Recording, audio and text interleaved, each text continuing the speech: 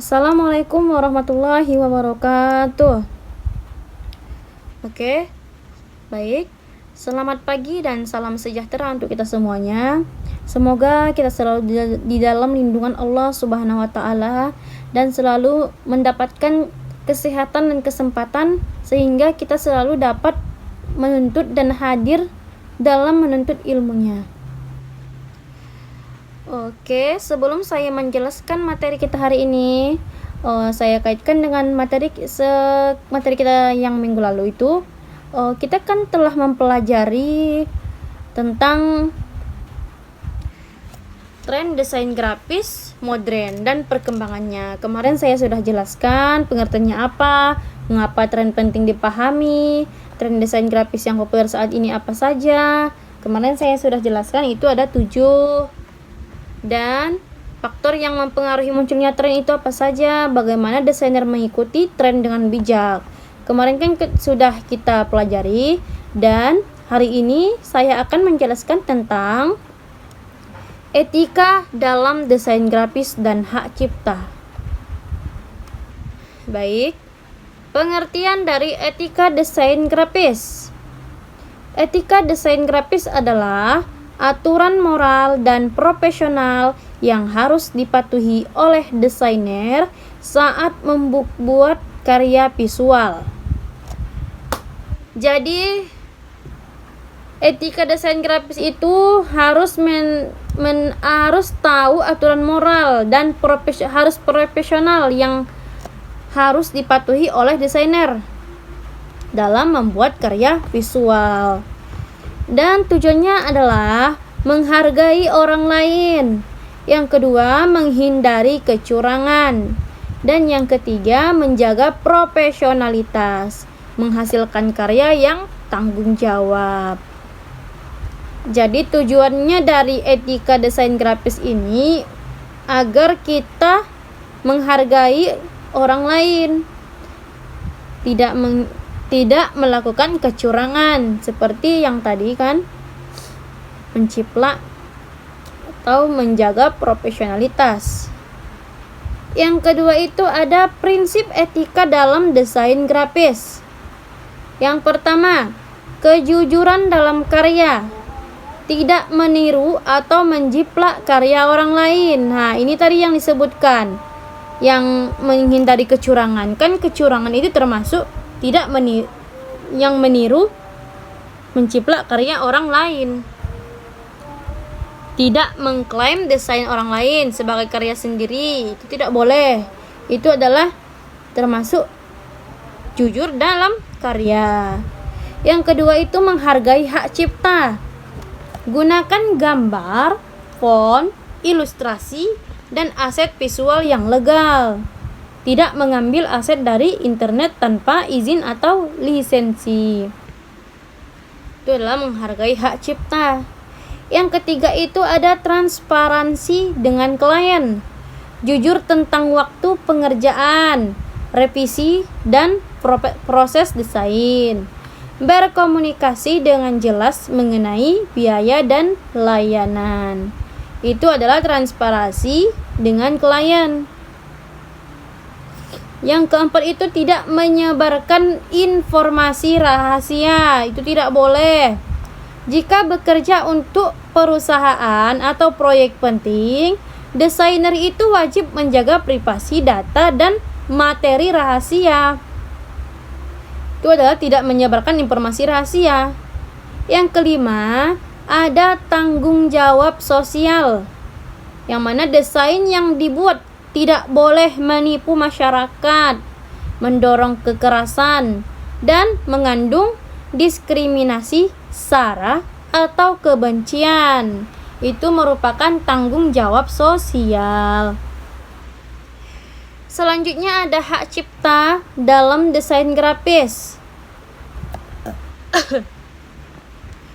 Hak cipta adalah hak hukum yang melindungi karya kreatif dari penggunaan tanpa izin.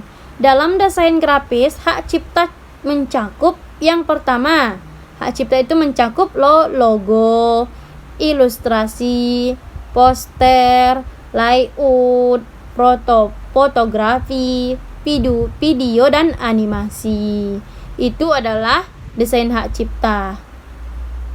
Siapa yang memiliki hak cipta? Secara umum, pembuatan karya. Jika bekerja dalam perusahaan, biasanya hak cipta dimiliki perusahaan atau tergantung kontrak. Selanjutnya juga ada contoh pelanggaran hak cipta dalam desain. Yang pertama, mengambil gambar dari Google tanpa izin. Itu adalah pelanggaran hak cipta dalam desain. Yang kedua itu menggunakan font berlisensi tanpa membeli. Dan yang ketiga, meniru logo brand terkenal dengan sedikit modifikasi. Itu adalah pelanggaran hak cipta. Yang keempat, menggunakan desain orang lain untuk kompetisi atau konten postingan. Yang terakhir itu ada mengedit karya orang lain tanpa mencantumkan pemilik asli. Yang 5 ini adalah pelanggaran hak cipta dalam desain. Itu tidak boleh. Ini contohnya sudah ada. Jika ingin menjadi desainer, jangan berpikiran seperti ini. Meniru brand orang lain, menggunakan font berlisensi tanpa membeli, itu tidak boleh. Mengedit karya orang lain tanpa mencantumkan pemilik aslinya, itu tidak boleh ya. Oke, baik. Cara menghindari pelanggaran hak cipta. Gunakan sumber legal dengan atribusi Excel atau Google Fonts gratis legal. Gunakan karya buatan sendiri, original atau aman, berkualitas, dan memiliki nilai tinggi. Perhatikan lisensi. Setiap aset digital memiliki jenis lisensi, misalnya free for personal use. Yang kedua, free for commercial use. Yang ketiga, net attribution. Yang terakhir itu ada premium atau berbayar. Simpan bukti pembelian untuk font, makeup, atau template berbayar. Selanjutnya itu ada studi kasus etika desain. Baik. Di sini saya akan menjelaskan studi kasus desain. Etikanya, yang pertama, seorang desainer memenangkan lomba poster, tetapi ternyata meniru desain dari Pinterest. Hadiah dicabut dan desainer dilarang mengikuti kompetisi. Itu adalah kasus. Dan hukumannya itu, seorang desainer memenangkan lomba poster, tetapi dia tertangkap basah, ternyata dia desainnya itu dari Pinterest. Jadi hadiah dicabut dan desainer dilarang mengikuti kompetisi. Yang kedua itu ada desainer menggunakan font premium tanpa membeli. Dia desainernya menggunakan font tapi tanpa membeli. Maka perusahaan bisa dituntut dan proyek harus diulang. Yang ketiga itu ada desainer mengubah sedikit desain.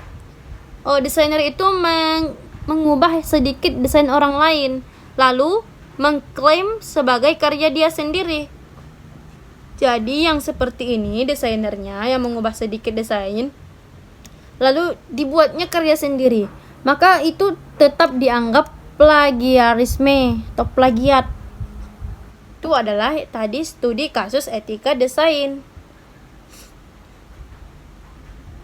Jadi dari yang saya jelaskan hari ini, tentunya kalian sudah memahami. Tadi kan kita sudah mempelajari etika dalam desain grafis dan hak cipta. Jadi kalian besok kalau mau seumpamanya, tapi semoga di salah satu kalian menjadi desainer terbaik, gunakan etikanya.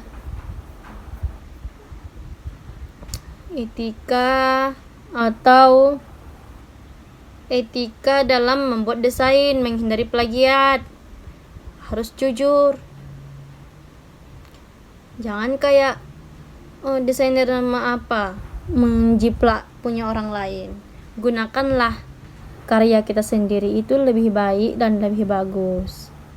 Jadi dari materi kita hari ini, sebelum saya menutupnya, saya akan memberikan sedikit kesimpulan.